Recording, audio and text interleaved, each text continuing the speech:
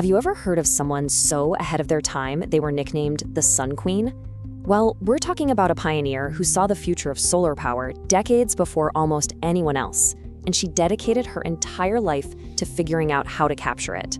So today, let's dive into the incredible story of Maria Telkes. All right, here's how we're gonna break it down. We'll start with the Sun Queen's calling, then get into her amazing invention that literally made water from sunlight. After that, we'll cover the story of how she built a house warmed entirely by the sun, look at the magic melting salt that made it all possible, and finally, we'll talk about her incredible legacy. So, where did it all start for Maria? Well, this wasn't just some passing interest. From a very young age, she was just captivated by the sun. She saw it as this massive, untapped source of energy that was right there for the taking. You can see her path was incredibly focused right from the start. Born in Budapest in 1900, that passion for solar energy eventually brought her all the way to the United States, and by 1939, she landed a super important research job at MIT's Solar Energy Project. This was it, her big chance to turn her childhood dreams into real, practical devices powered by the sun. But just as she was getting started on her grand idea for a solar-powered house, world events kind of got in the way. It turns out her first major breakthrough wasn't for a cozy home, but was actually born from a really desperate wartime need. Picture this, it's World War II. Downed pilots and sailors are stranded in the middle of the Pacific Ocean. They're facing this awful, deeply ironic problem. They're literally surrounded by endless water, but they're dying of thirst.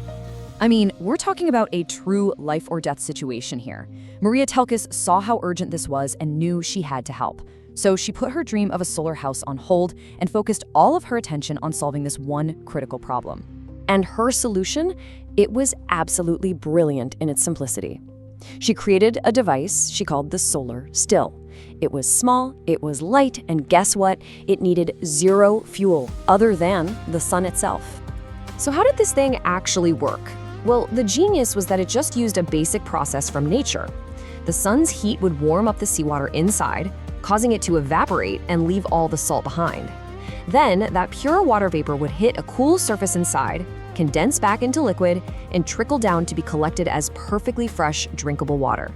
It was like a tiny, portable desalination plant you could hold in your hands. And this little invention just perfectly shows her unique kind of genius. See, she wasn't just interested in theories, she created practical, elegant solutions that made a real, immediate difference in the world. In this case, saving countless lives out at sea.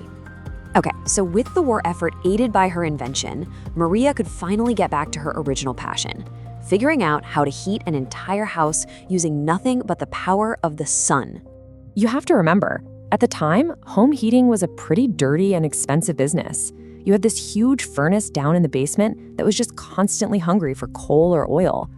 Maria was absolutely convinced there had to be a better, cleaner, and cheaper way to do it. But this was the big puzzle, right?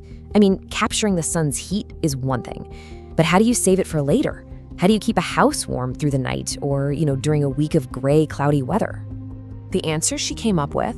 Well, it wasn't some crazy complicated machine. It wasn't a new type of insulation. The answer was all about chemistry. She found the key in a pretty common chemical that had almost magical properties. This was the huge breakthrough. She figured out that Glaber salts, or sodium sulfate if you want to get technical, it basically acts like a thermal battery. As the sun heated it during the day, the salt would melt, and in melting, it would absorb a ton of heat energy. It literally stored that energy in its liquid form. Then at night, as it cooled down and turned back into a solid, it released all that stored heat back into the house. So clever.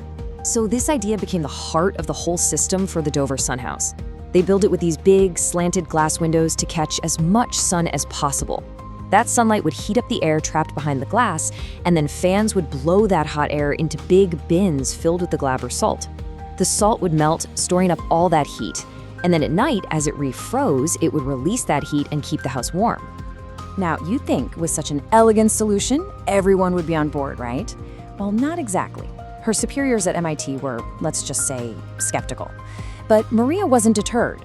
She put together her own dream team. She worked with an architect named Eleanor Raymond on the design and got the funding from a philanthropist named Amelia Peabody. So this whole revolutionary project was brought to life by these three incredible pioneering women. And the house they built in Dover, Massachusetts, it was a massive success. It proved all the critics wrong and really cemented her legacy as a true visionary. The Dover Sun House was a total game changer. It proved that a family could live comfortably through a harsh New England winter without a furnace and without a fuel bill. That's a huge deal. And for this amazing achievement, Maria Telkes earned a title she absolutely deserved, the Mother of the Solar House. Now, to really wrap your head around the scale of her vision, think about this. The amount of energy from the sun that hits the Earth every single day is more than 10,000 times greater than all the energy the entire world uses in a day. She was tapping into a resource that is, for all intents and purposes, limitless. And this is why her work is still so incredibly important. Maria Telkes wasn't just solving some cool engineering puzzle. She was showing us a path to a completely different future, a future powered by the cleanest, most abundant, and most sustainable energy source we have. Which kind of leaves us with a final thought, doesn't it? Maria Telkes, the Sun Queen, proved what was possible nearly a century ago. When you look at our world today and all the energy challenges we're facing, you have to ask yourself, have we really caught up to her vision yet?